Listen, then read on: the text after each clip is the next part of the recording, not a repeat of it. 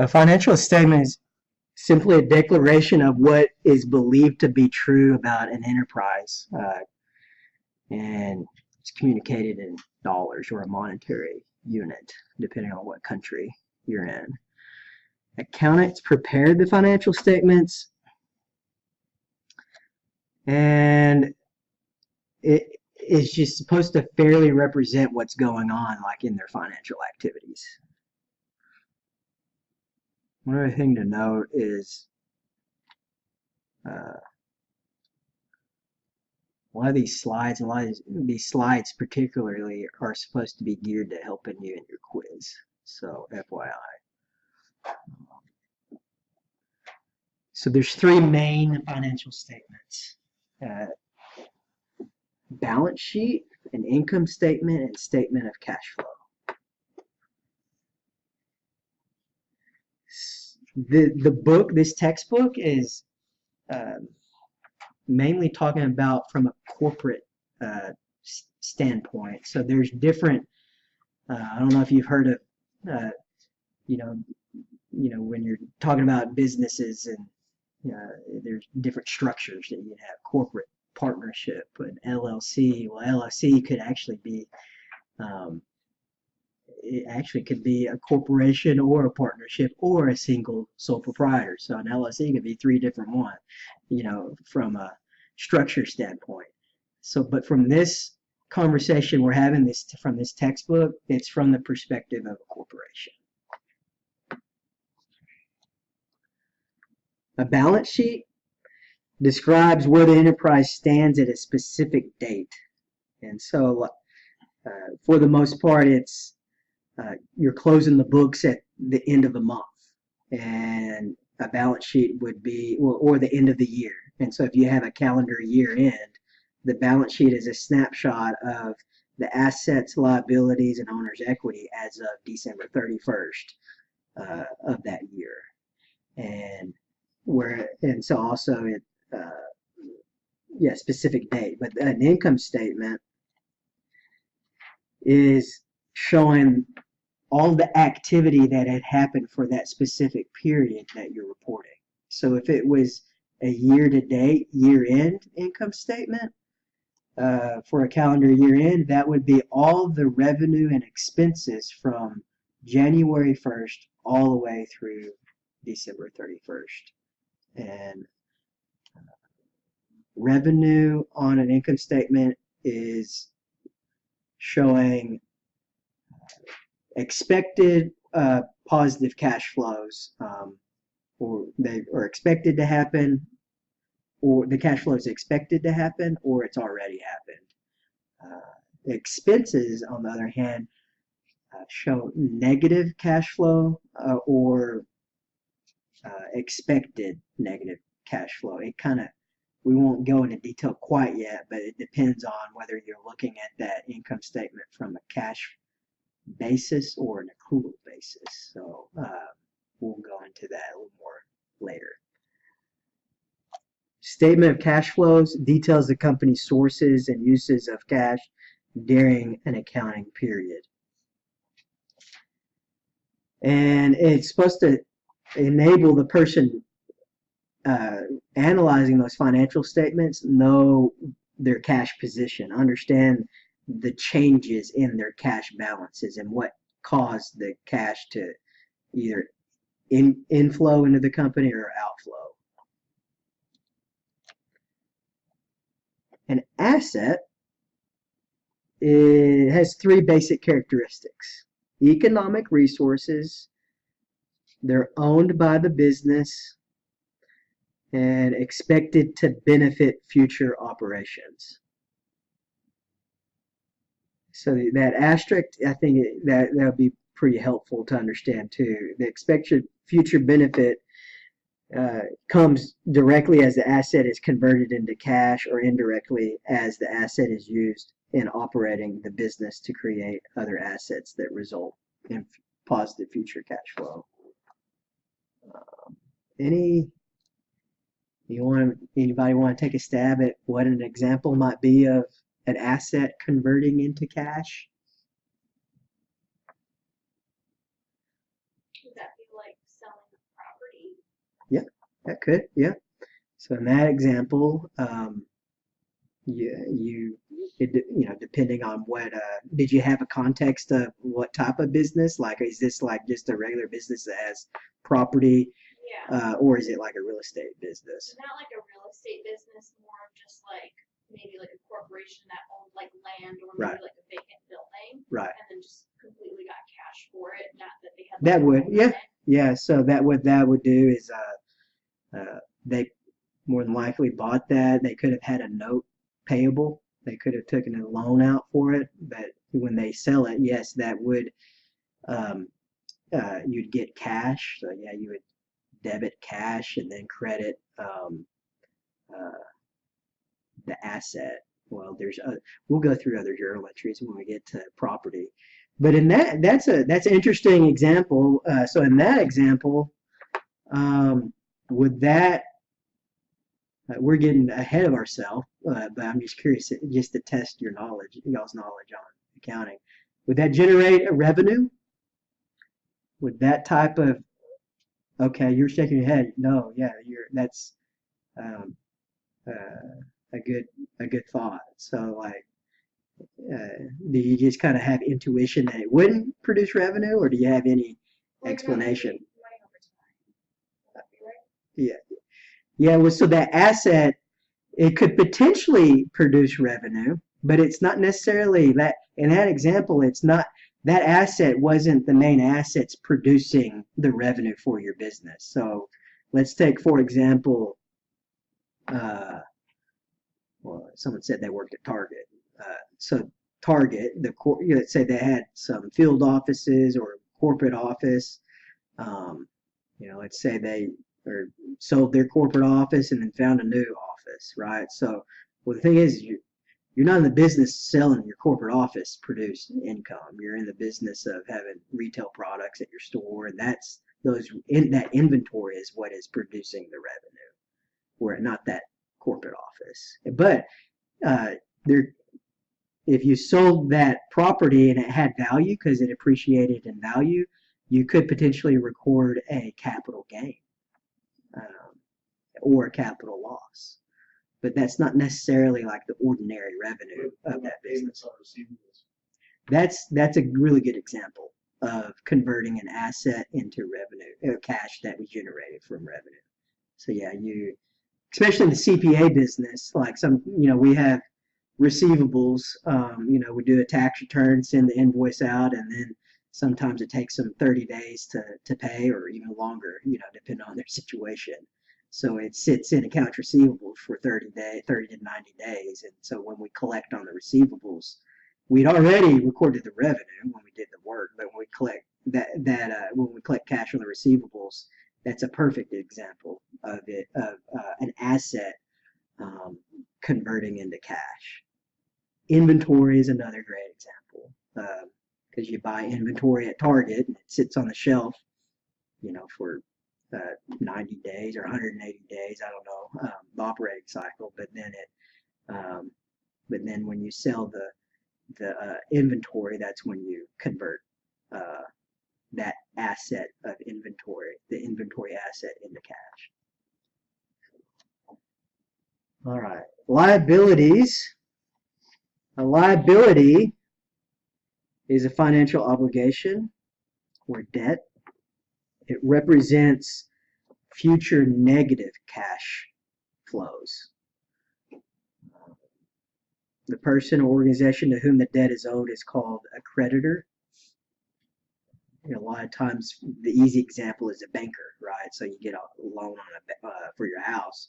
The bank is the creditor in that situation.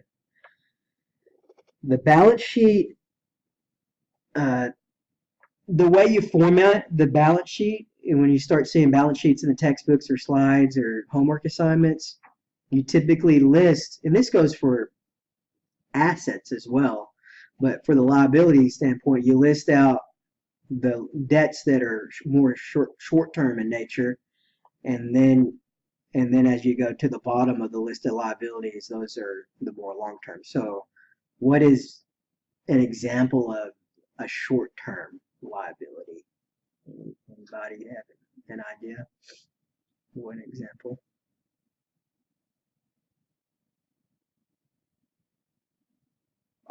Opposite of the accounts receivable, accounts payable, or a credit card. Like for small businesses, a lot of times they have like a credit card payable.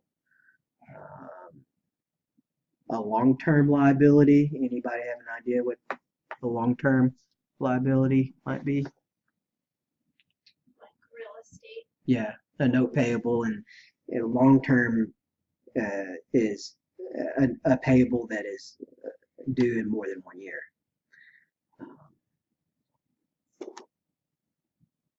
Okay. Also, lastly, the liabilities represent claims against the borrower's asset. So in the house example, your bank has a claim on that. They're you have a deed on that house, but they're the one that, like if for some reason that house defaulted, they're the ones that would take ownership of it. They have the claim. Um, a lot of times, if you guys heard of the word collateral, so sometimes you have to put up an asset as collateral, and that's like the claim that the claim that's going against you as the borrower is collateral. Owner's equity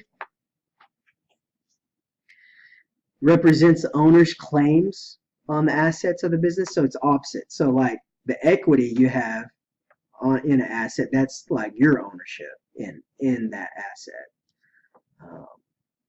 So obviously there is sometimes there's examples that, like especially the house example, that there you might not have 100% equity. In that example we went over earlier, 20%, you own 20%, so your claim was 20%, the bank's claim was 80% of that asset. Also, owner's equity indicates a residual amount as creditors have legal priority over owners. That's just saying that in that house example, the creditor will always have that legal priority until that note is paid off. Owner's equity entitles owners to the residual asset once creditors have been paid in full. Always equal to total assets minus total liabilities.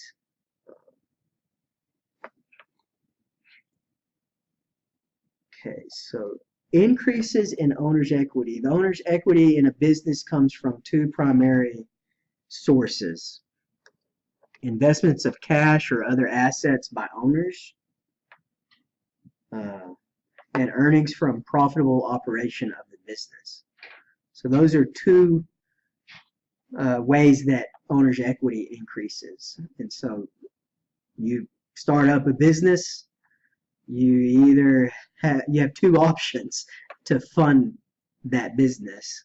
You go get a loan from the bank, or you have cash that you put in the bank. Oh, I'm sorry, that you put into the business. And so what this is talking about, like that number one, investment of cash, that's another way of saying is you're funding your business with cash. So logistically speaking, you have cash in your personal account, or and you're putting it into a business bank account, and then the minute you do that, that is putting cash on the books, and then also you're then crediting and increasing the equity on the books.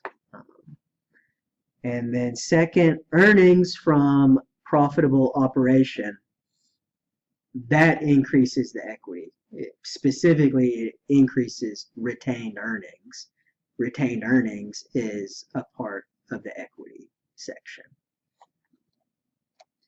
Decreases in owner's equity also are caused in two ways: payments of cash or transfers of other assets to owners.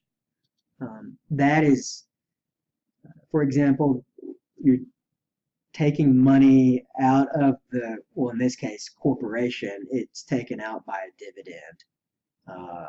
So you receive a dividend, and that's decreasing your equity. And losses, so also losses from unprofitable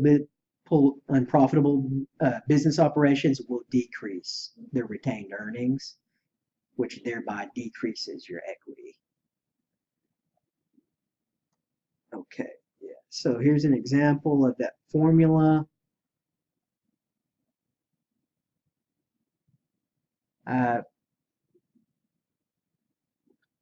Definitely know what the formula is for the quiz. Income statement to summarization of the company's revenue expenses. So revenues increase in the company's assets from its profit-directed activities, and it results in a positive cash flow.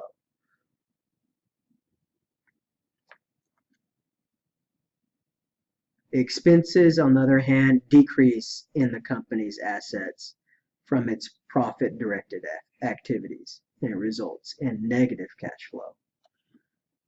Here's the formula for net income. It's simply just revenues minus expenses. Statement of cash flow.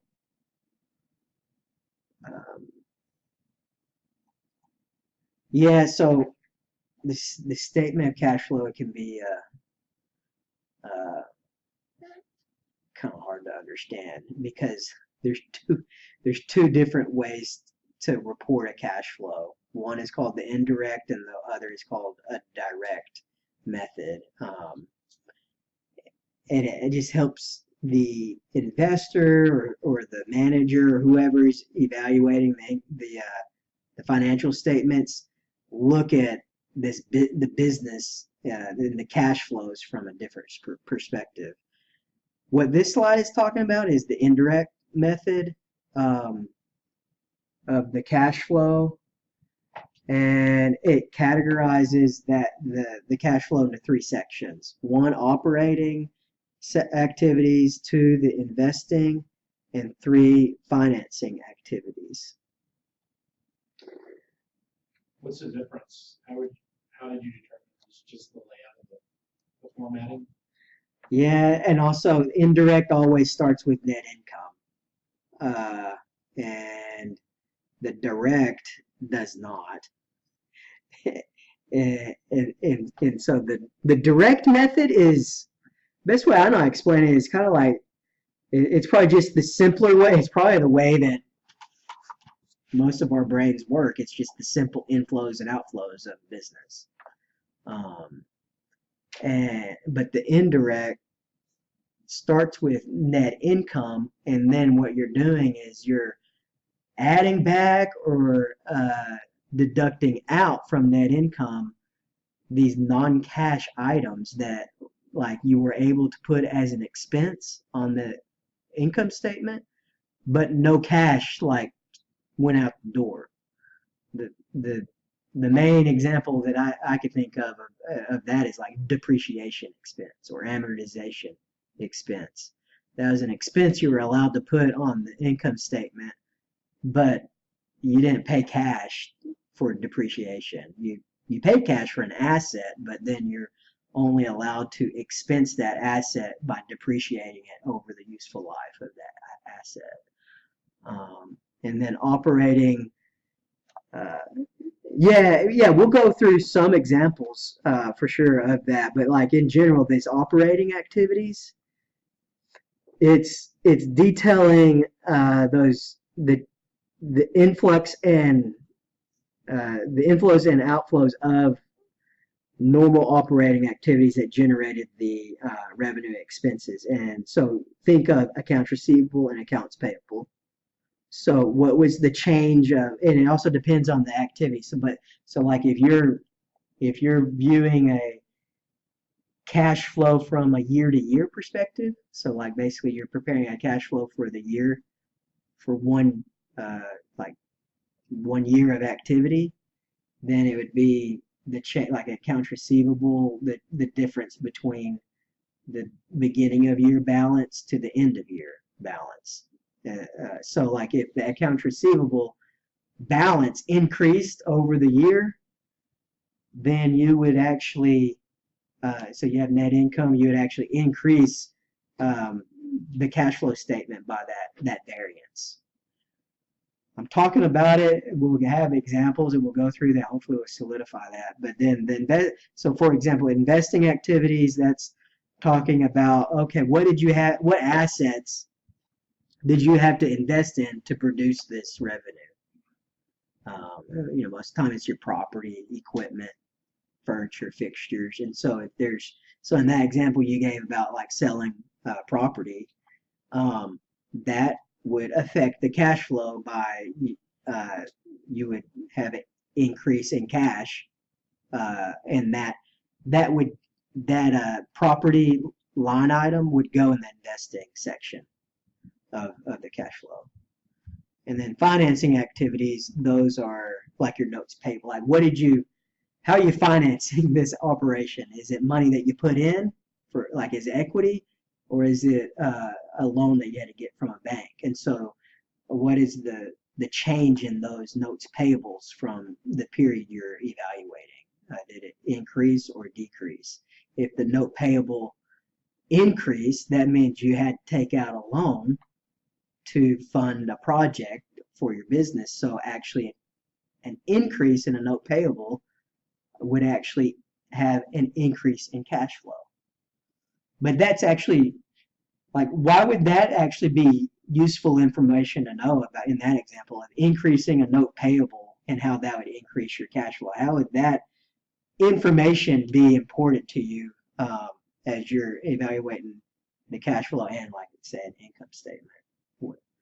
See how leveraged the company is. That, yeah, because you'd see that, hey, the cash increased, but hey, it didn't increase from you selling goods or services. It increased because you had to take more leverage. So if you just look at an income statement, or if you just look at like the direct method of looking through it, or just saw that, oh, okay, my cash balance increased from last year to this year, well, there might be a lot more into it than that might not necessarily be a good thing, at first, especially if you find out that the increase of the cash was because you had you're over leveraged in your company and you're just spinning wheels to try to produce revenue and going in more debt. So there could be an unhealthy balance of debt. All right, good question. This leads us to chapter 3, the accounting cycle.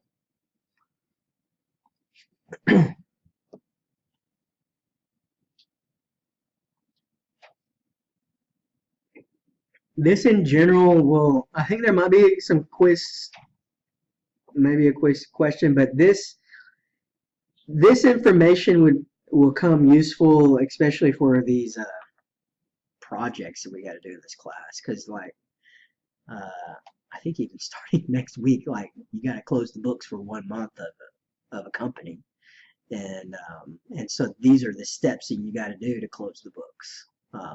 It starts with a journal entry that's just recording transactions.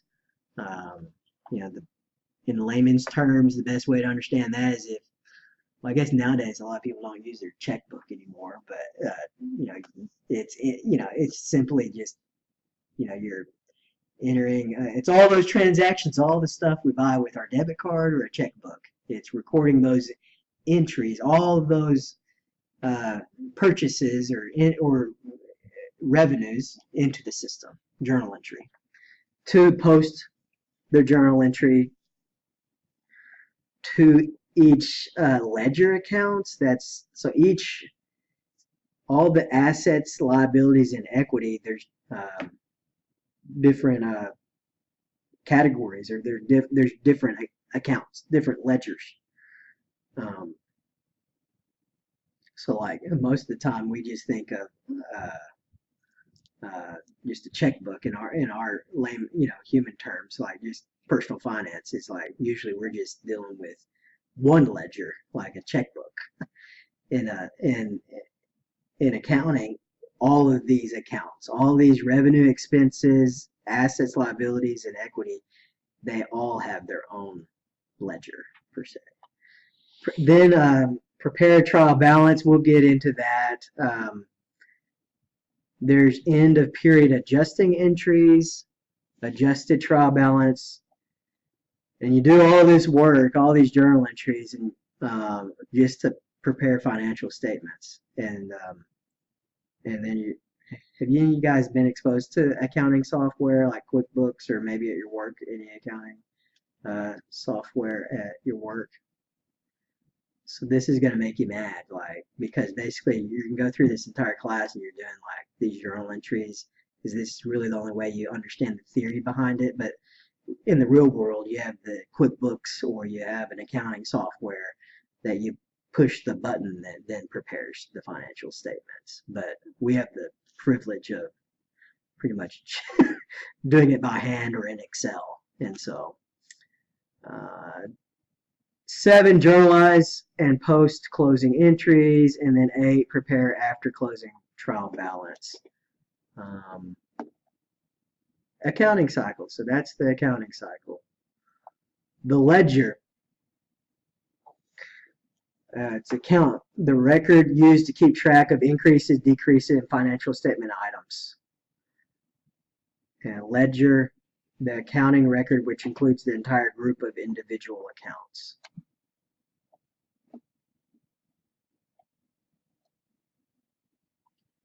Each account has an element, a title. Oh yeah, what this is describing is a T account. Did anyone see that in a textbook, or anyone ever heard what a T account is?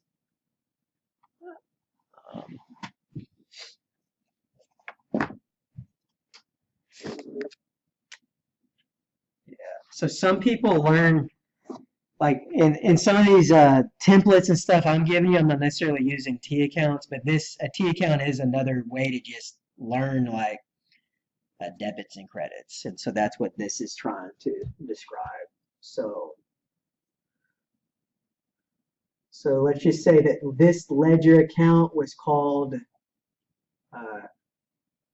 equipment.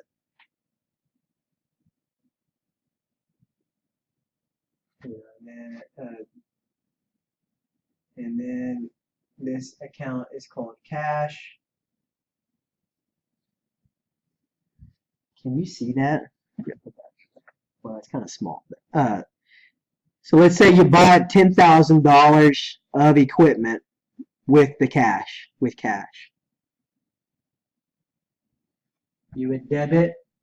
So the left side of this T account is a debit. 10,000. And your debits always have to equal your credits. I don't know if you ever heard of that, or some crazy person say that. That's some accounting nerd.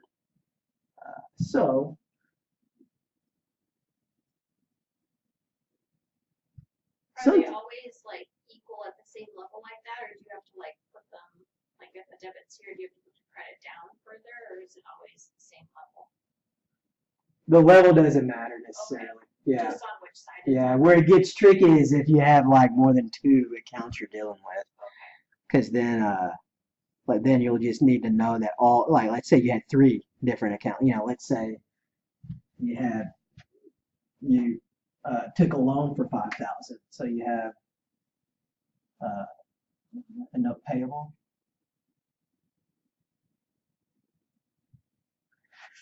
So if you're just struggling through the journal entry, and you're like, I know that we paid 5 cash in a note, and then you're like, it's not equaling. You know that a credit has another $5,000 credit has to go somewhere. But all you're doing is tying this into your journal, right? So you should be able to back into your journal entries and see. Yeah. Like I said, this is maybe to get some theory down. I have had some students in their homework assignments, they do the T accounts, because that's just that's how their brain worked. I'm going to provide for some of these homework assignments a spreadsheet, and and just have like a column for debits and a column for credits, and then so I just find it easier doing that. Well, obviously, if there's no accounting software involved, the easy thing is just input this into the accounting software and it does it for you. But yeah, this is to just help you start understanding ledger accounts, debits and credits, and so yeah, that's what this slide is talking about. The left side debit, right side credit. Key point: whether an account is increased or decreased by debit or credit entry will depend on the account type. Asset liability, we learn more about that. That's going to be one of the most confusing things at first. The quicker this key point, the light bulb can go off, that's probably, I would say, your first hurdle or main light bulb. So let's talk about that. Let's take the formula. Assets equal liability plus owner's equity.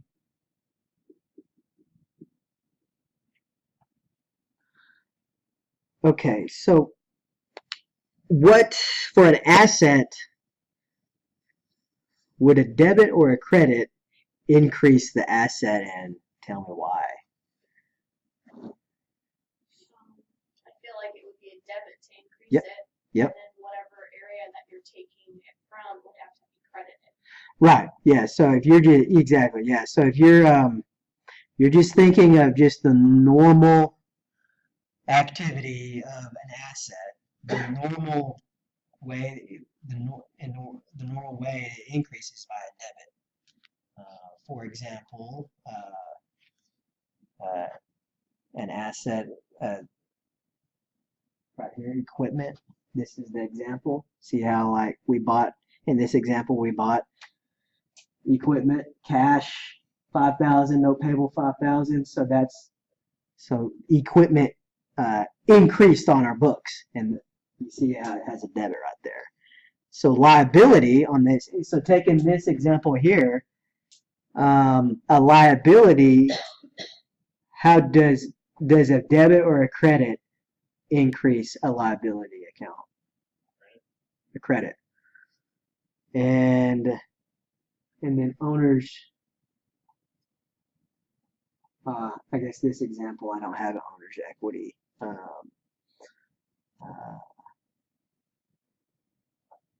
So here's another example.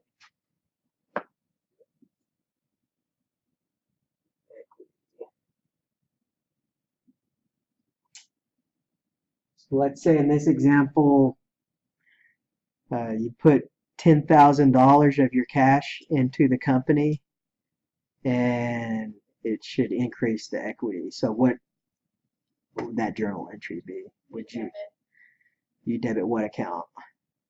Oh, Debit cash. Debit cash. Yep, by 10,000. Credit equity. Yep. So in this example, the normal way to increase an equity account is to do what? Debit or credit? Credit, correct.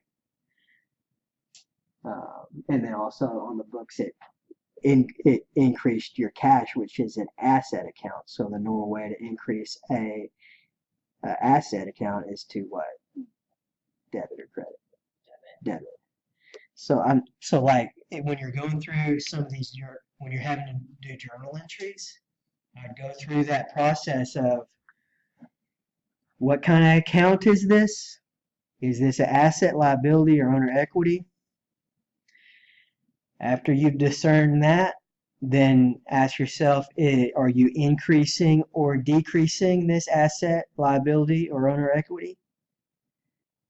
And then know that the ways you increase an asset is a debit, the way you decrease an asset is credit. The way you increase a liability is you credit that liability account. The way you would decrease a liability account is to debit. And then owner's equity, the way you increase An equity account is by crediting, and then the way you decrease is debiting. Would you debit equity if you took like a disbursement out of your company? Yeah, and well, by disbursement, are you meaning like a dividend or Yeah. like an equity withdrawal?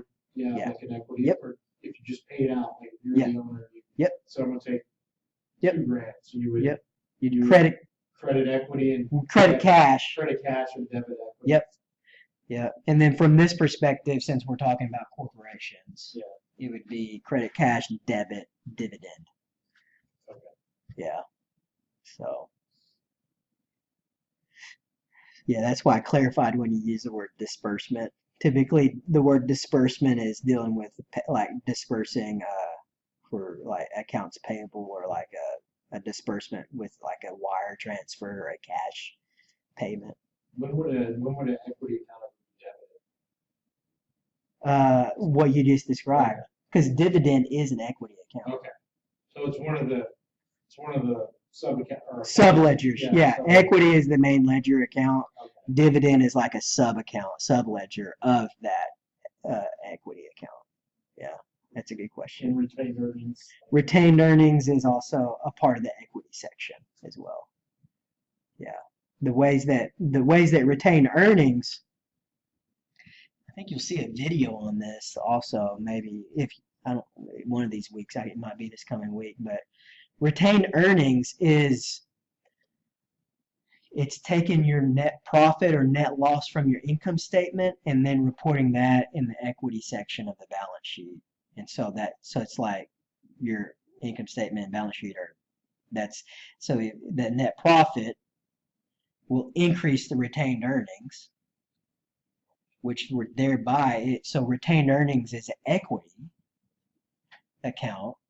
So if you're increasing your retained earnings, which is an equity account, would you debit or credit? Credit. You would credit. Yeah. I'm gonna make a cheat sheet. So I'm telling you, yeah, just do and hopefully by the end of the class, maybe you won't have to go through this checklist, but at first, just I think the biggest thing is knowing which side it has to be on. Yep, that, and you also discerning whether it's an asset, liability, or owner equity account. Whoever came up with that terminology, because you think debit, you think debit card, Yeah. debit. Well, yeah, it's because it's double entry accounting. It's just this weird, math, to get it all to equal out. Yeah. Which is, it's a foreign language. I mean, actually, that might be a quiz question. What is the definition of accounting? It's the language of business. You are learning a new language. Okay. T accounts, we went through that. Here's another cool slide for what we just talked about. So this slide, that cheat sheet you're talking about, this is your cheat sheet. So if your cheat sheet doesn't look like this, then change it to look like that. Debits and credits affect accounts as follows. Debit and credit rule summary. This is another just more detail of what the conversation about the normal activity of asset, liability, and owner equity.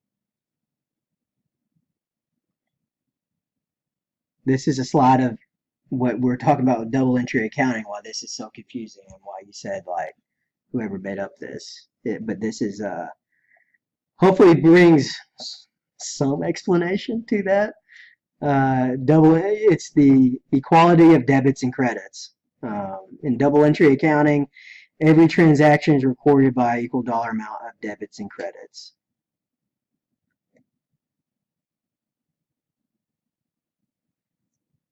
Okay, expenditures benefiting more than one accounting period. Yeah, so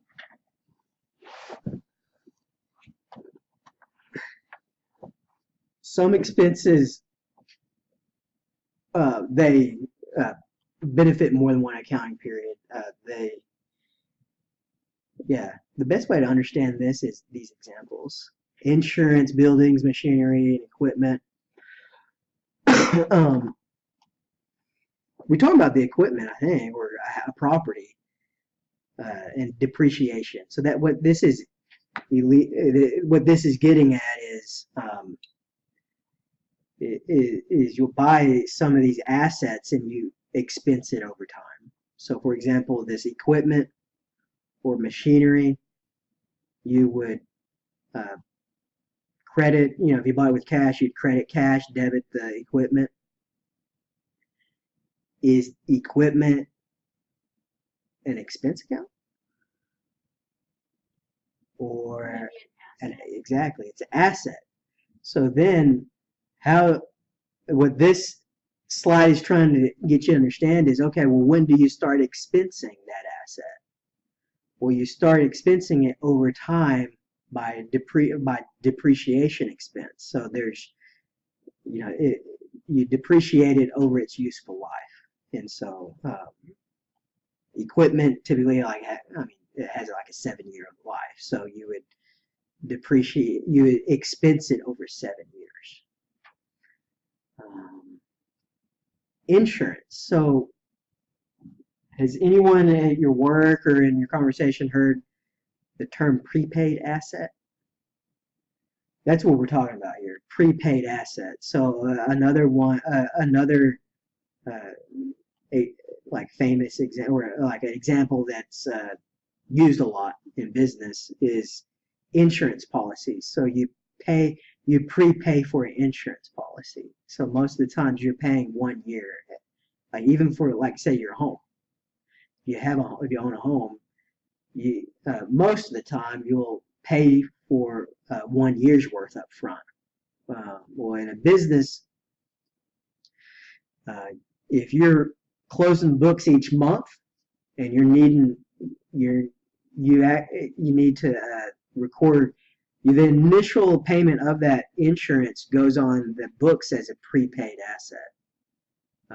Let me give you that example. So let's say you buy probably should use it.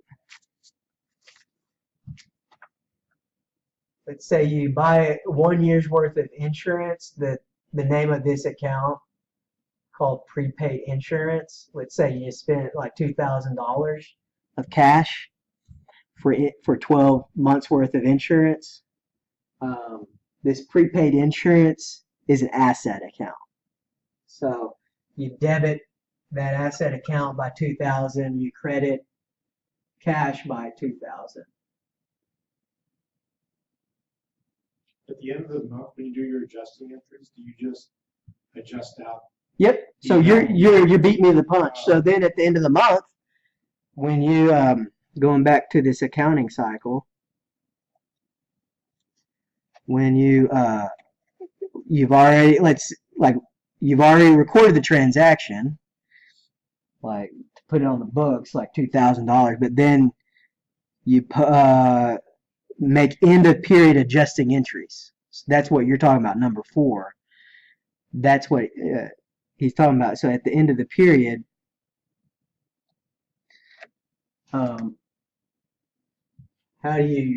what he's talking is about, okay, how do you get, and we're assuming in this case you're closing the book for 1 month worth of, closing the book for the month. Insurance expense. So 2,000 divided by, I should make this easier. 24, whatever, $2,400 is be $200, right? Yeah, let's get in what's 24? 2,000 divided by 12, you get 166.67. So you would debit the insurance expense by 166.67. What would you credit? Prepaid insurance. Yeah. And then your debits and credits zero out. So that's what this slide is alluding to, is these prepaid assets.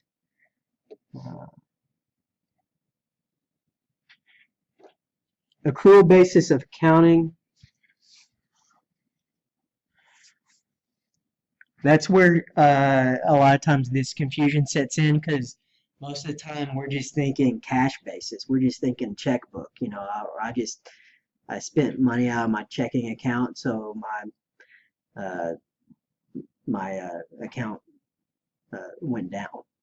But what we're talking about is accrual basis of accounting. Two basic requirements. Revenue is recognized in the period when it's earned. Expenses are recognized in the period when they are incurred.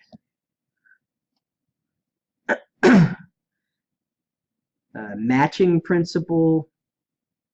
So that's talking about matching revenue with your expenses, like what expenses generated that revenue. Revenue is offset with all expenses incurred in generating that revenue, providing a measure of profitability. Let's see if there's an example of this. No. Okay. So accrual basis of accounting, revenue when it's earned.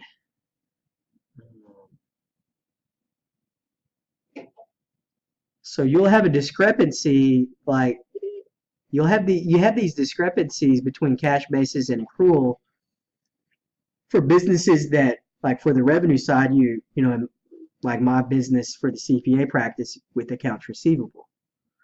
So if I do a tax return, I invoice the client. When I invoice the client, when I'm done with the tax return and I invoice the client,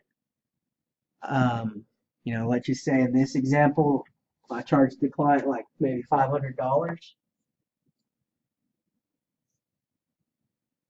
AR, accounts receivable, and then revenue.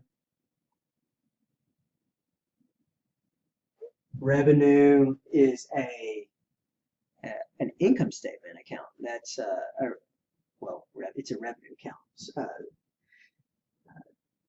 So in this case, where they hadn't paid yet,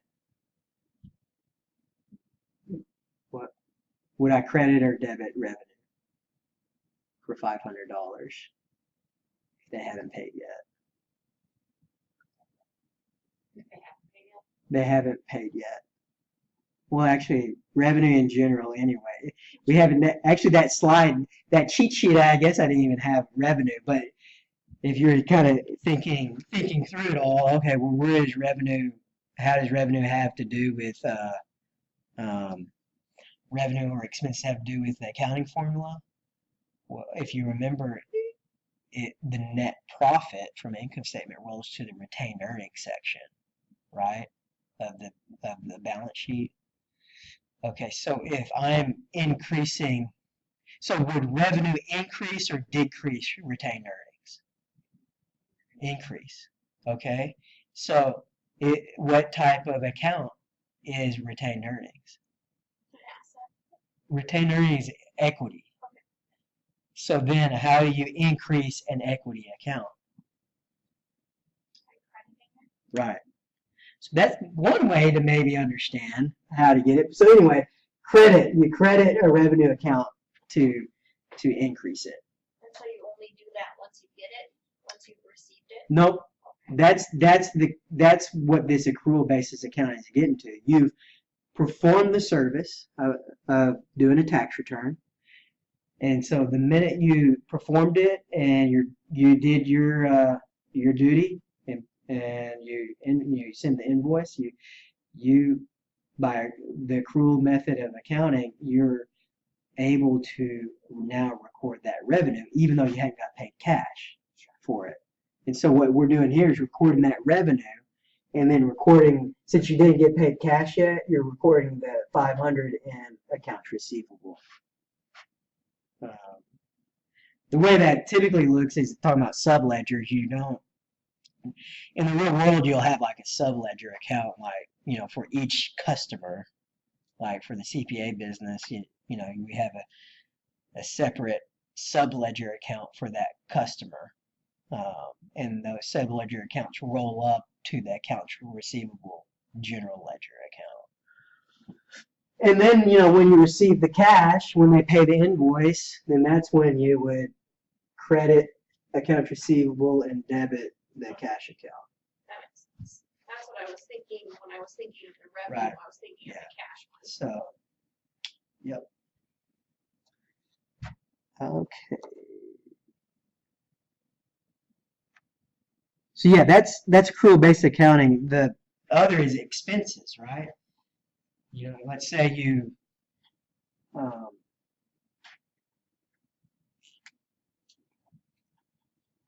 let's say that you recognize in the period incurred. Well, we've already kind of gone over that expense accrual in this example of prepaid insurance. If you noticed, like you didn't incur the expense until that month, that you used the insurance because you prepaid 12 months worth. And so once 1 month went by, that's where you incurred that expense. And so you perform this. That's why we did this journal entry to credit the prepaid asset and then debit the expense. So that's why does that make a difference? Why is this accrual based way of looking at the revenue expenses how would that affect a person who's looking at the financial statements?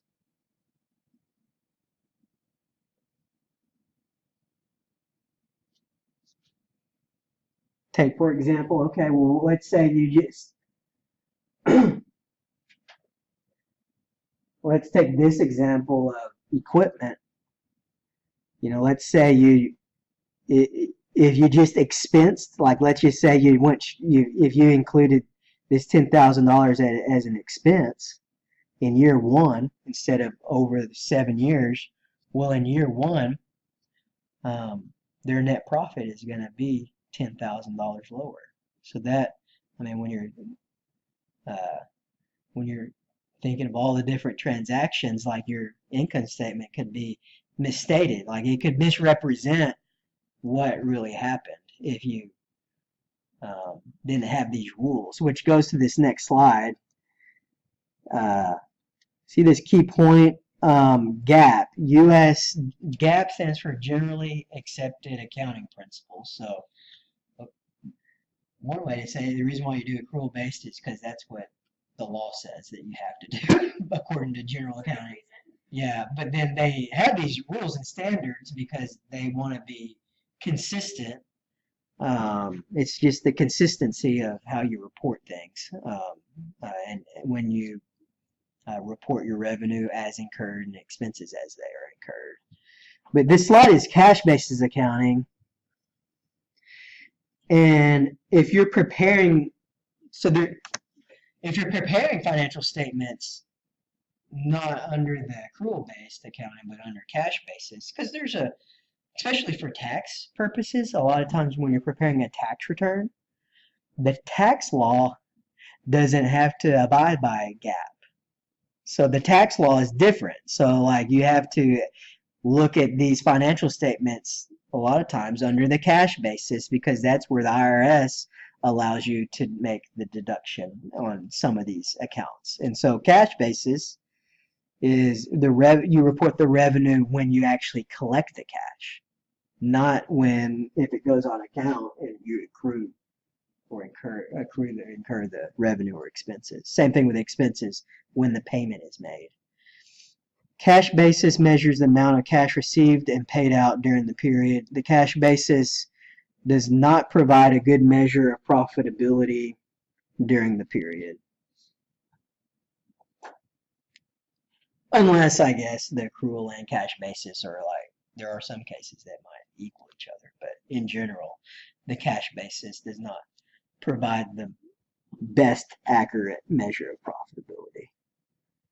So that's the slides. I think now is a good time to take a break, and then we'll come back in 10 minutes. So we'll just right before 7:30, so 7:28ish, according to that clock. So let's take a break, and then we'll get back at it.